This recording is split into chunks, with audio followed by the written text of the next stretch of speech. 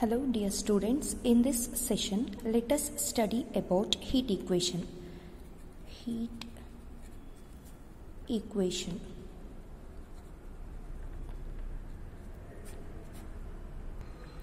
Heat equation is actually a partial differential equation that describes how the distribution of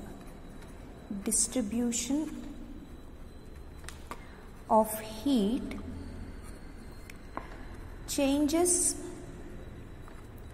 with respect to time or over time is nothing but your heat equation. I repeat, heat equation is actually a partially differential equation which describes the distribution of heat changes over time or evolves over time. Okay, the heat equation will be of the form dou T by dou T is equal to alpha into dou square T by dou x square. This is nothing but your heat equation. Heat equation is also called as diffusion equation. Diffusion equation. Here the term alpha means diffusivity of the medium. Diffusivity of the medium or thermal diffusivity or thermal diffusivity. Okay, so now you can write this heat equation in different forms, and one more thing is here T is time. Since we are defining heat equation with respect to time, this T is time T, this T is temperature,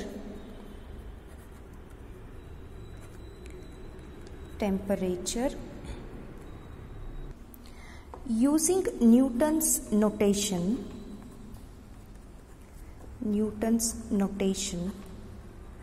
and vector calculus concept,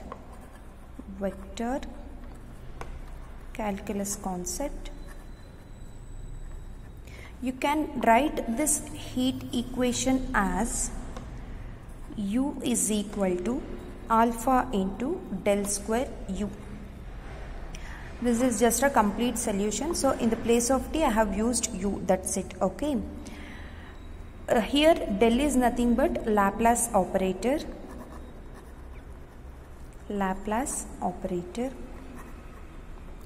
So if the heat equation is one dimension, then your equation become dou T by dou T is equal to alpha into del square T by del x square.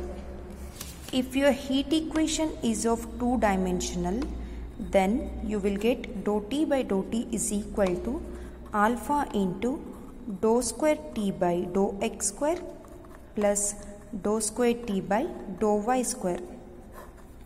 If it is one dimension means we are considering one spatial direction, spatial dimension. If it is two dimension means we are considering both x and y axis. In three dimension there will be one more axis, that is z axis. Okay. The example for heat equation will be in physics. You can learn this: heat flow in a uniform rod.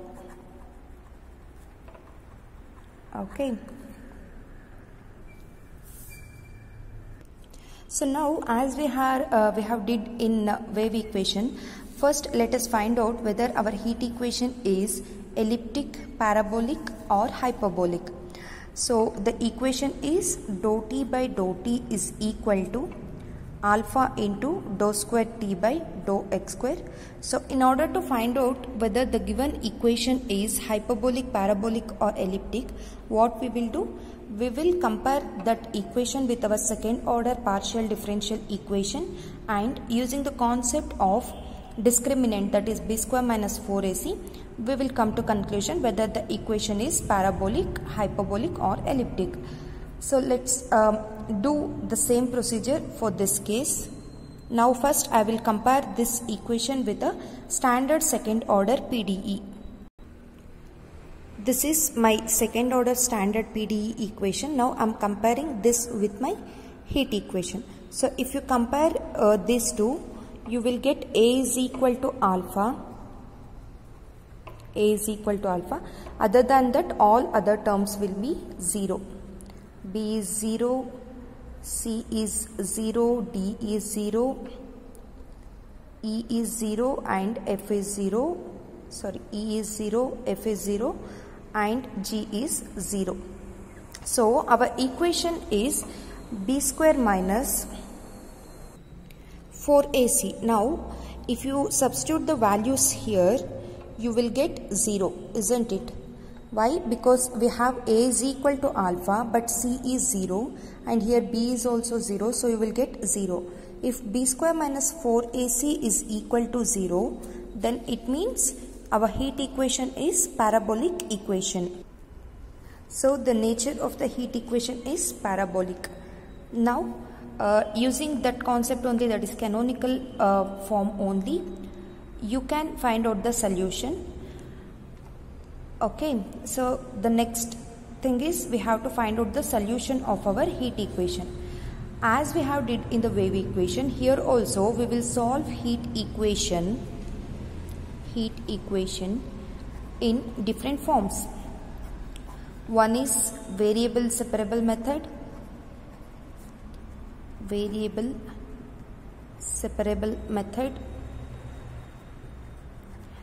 Another is integral transform method. Here the integral transform method, what we use is Fourier transform.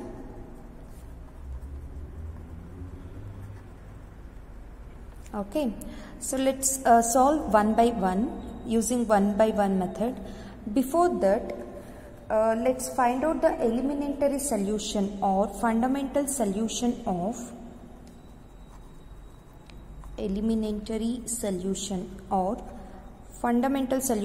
our heat equation or diffusion equation. Okay, diffusion equation.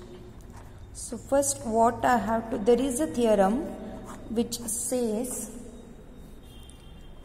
prove that T of x comma t is equal to 1 over square root of 4 pi alpha t into exponential of minus of x minus xi whole square divided by 4 into alpha t. This whole term satisfies your heat equation, that is dou T by dou T is equal to alpha into dou square T by dou x square. This is nothing but elementary solution or fundamental solution of your diffusion equation. What you have to do is, this is a given thing T of x comma t. T of x comma t is also called as heat kernel,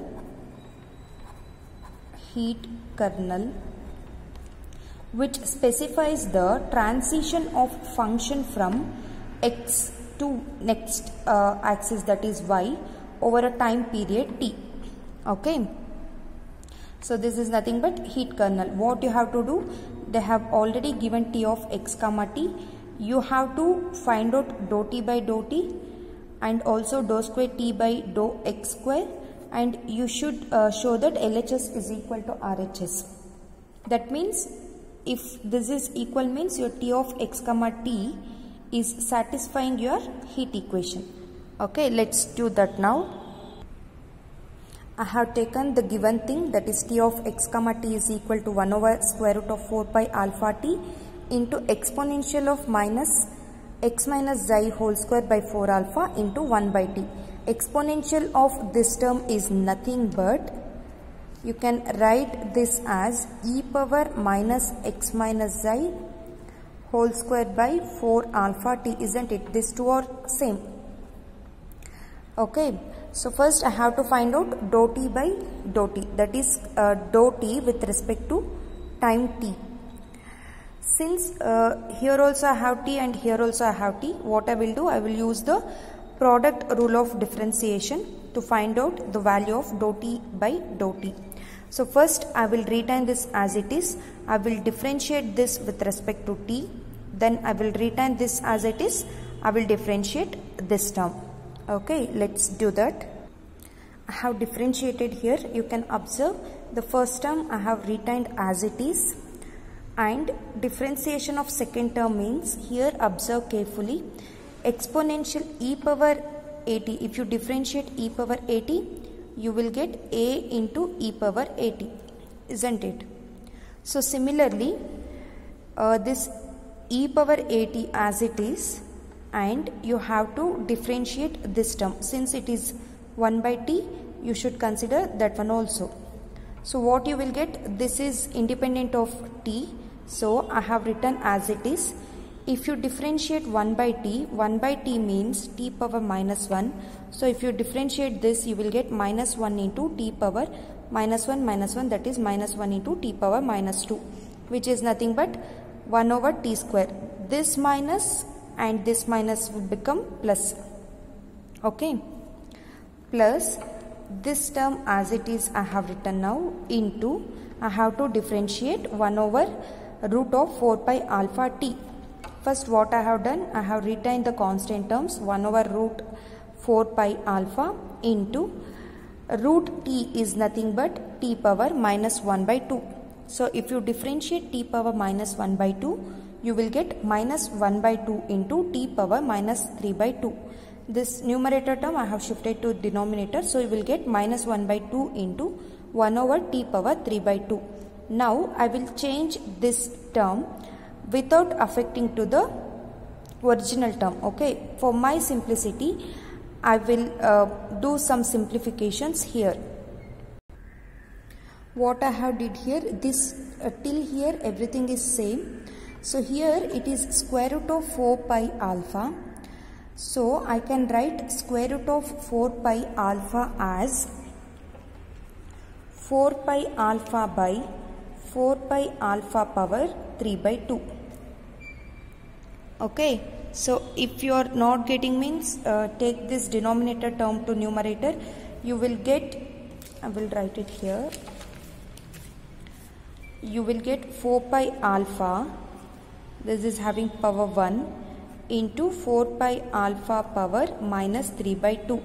So 1 minus 3 by 2 is minus 1 by 2, that is 4 pi alpha power minus 1 by 2. You can write this as 1 over 4 pi alpha power 1 by 2, which is nothing but 1 over square root of 4 pi alpha.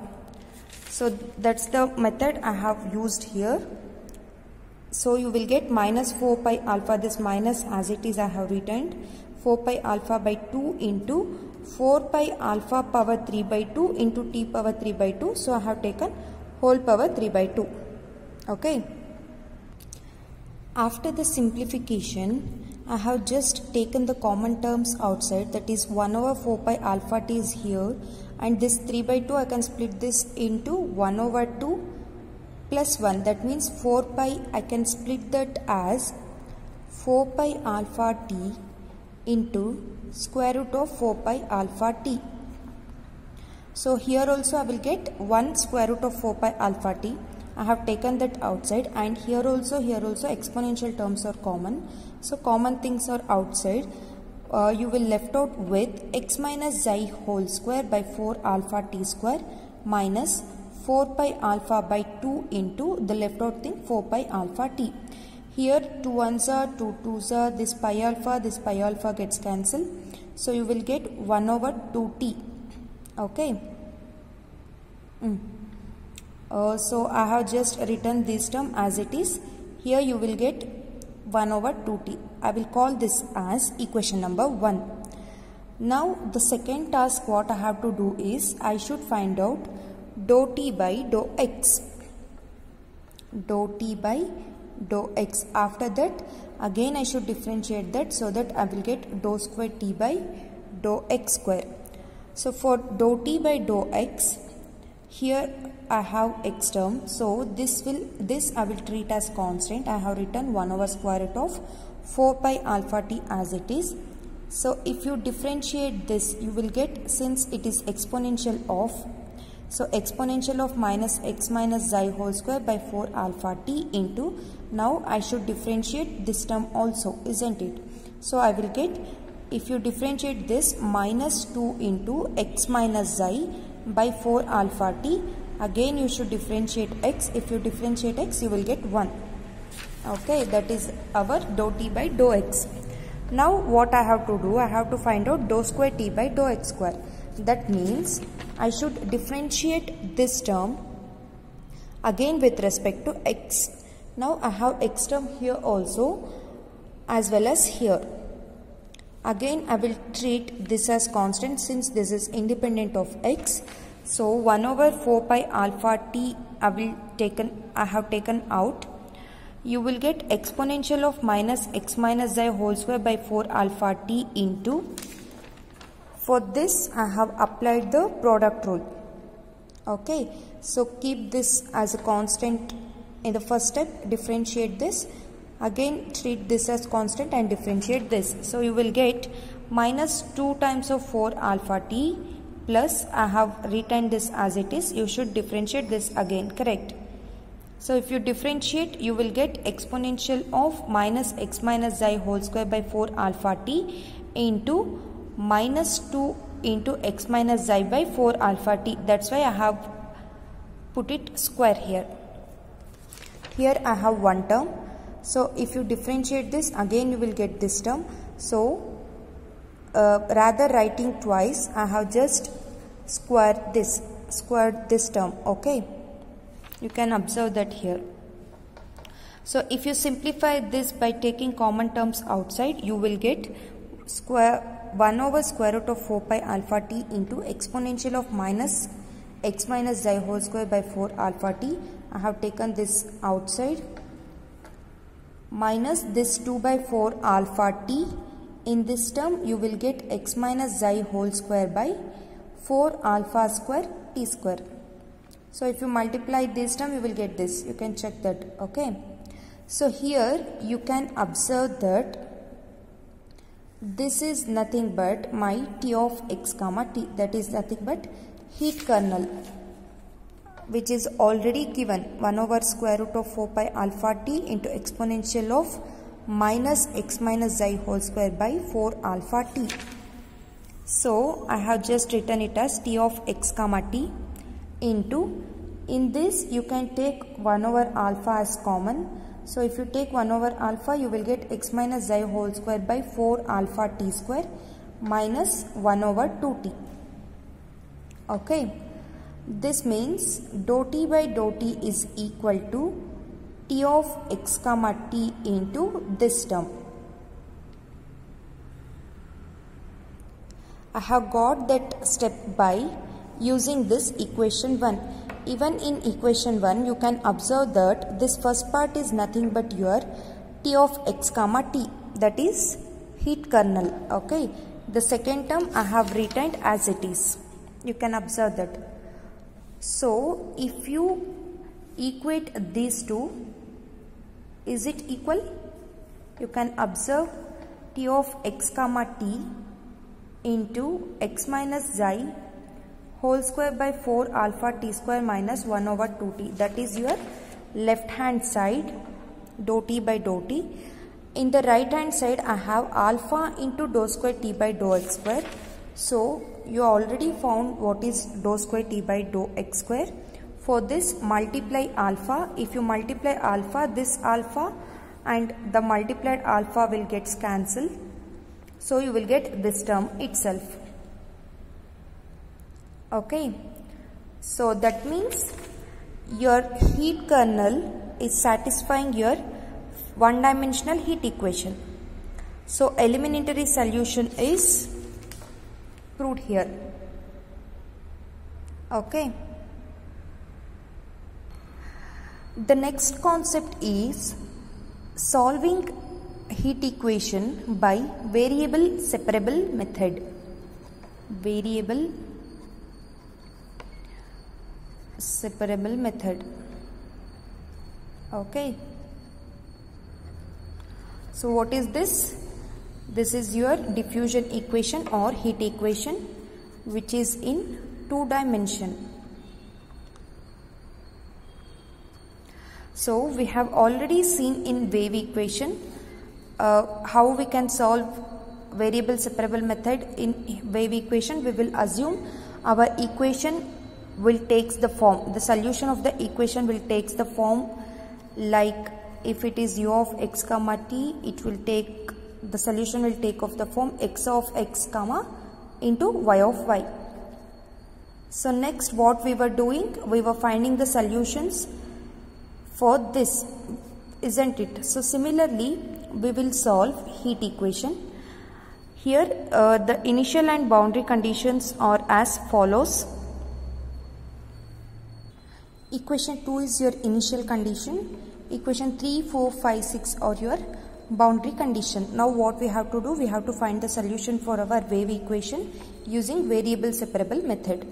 So first what I will do, I will assume that u of x comma y comma t is equal to x of x, y of y, t of t. I will call this as equation number 7. This will be the separable solution for my equation 1. That is the first thing I will do. So from this what I have to find out? I have to find out dou u by dou t, dou square u by dou x square and dou square u by dou y square. So what you will get? Dou u by dou t is nothing but x y t dash. Dou square u by dou x square means you have to differentiate this with respect to x twice. So you will get x double dash y t. If you find out dou square u by dou y square, you will get x y double dash t. So now what is my next thing? I have to substitute these 3 values in my equation number 1. So if you substitute, you will get x y t dash is equal to c into x double dash y t plus x y double dash into t. Initially I was using alpha, that is thermal diffusivity or diffusivity of the medium. Here I have used c in the place of alpha. C, alpha both are same, don't get confused with that. So now what I can do, I can divide my equation with x, y, t. So if you divide, you will get t dash by t is equal to c into x double dash by x plus y double dash by y. Since x, y, t all are independent variable in this equation, what I can do, I can consider each term and that each term will be equal to some constant. Each term of the each side will be equal to some constant. So I can write this as, I will rewrite this equation first. So 1 over c into t dash by t, which is equal to x double dash by x plus y double dash by y. I will call this as equation number 8. So if you observe this equation, you can say that if you find the solution of x and solution of y, if you substitute those solutions here, you can easily find out the solution of t, isn't it? So first let's equate each term to a constant. First I will take x double dash by x, which is equal to some constant k1. This k1 is nothing but separable constant. Separable constant. So obviously this k1 will take 3 types of values. What are all? When k1 is equal to 0, greater than 0 and less than 0. We have seen that any equation will get solution in the case of k1 is less than 0. You have seen the general solution in wave equation, isn't it? So let's see whether we will get the same form or different. You can observe here, first I have taken x double dash x is equal to k1. So if k1 is equal to 0, what you will get? You will get x double dash minus k1 x is equal to 0. Here if k1 is equal to 0, you will get x double dash equal to 0. Okay. So x double dash is equal to 0 means you have to integrate this equation with respect to x twice. If you differentiate, you will get c1, x will be c1x plus c2. Okay, so now using your boundary conditions, you have to find out the constant values. So what you will get? I have written here, you can observe. From equation 3, I have used this u of 0, y, t is equal to 0. If you use this equation here, x of 0, y of y, t of t is equal to 0. Y of y and t of t will not be equal to 0. So, you will say x of 0 is equal to 0. If you substitute this here, you will get c2 is equal to 0. Similarly, if you use your another condition u of a, y, t is equal to 0, you will get c1 value, that is also 0.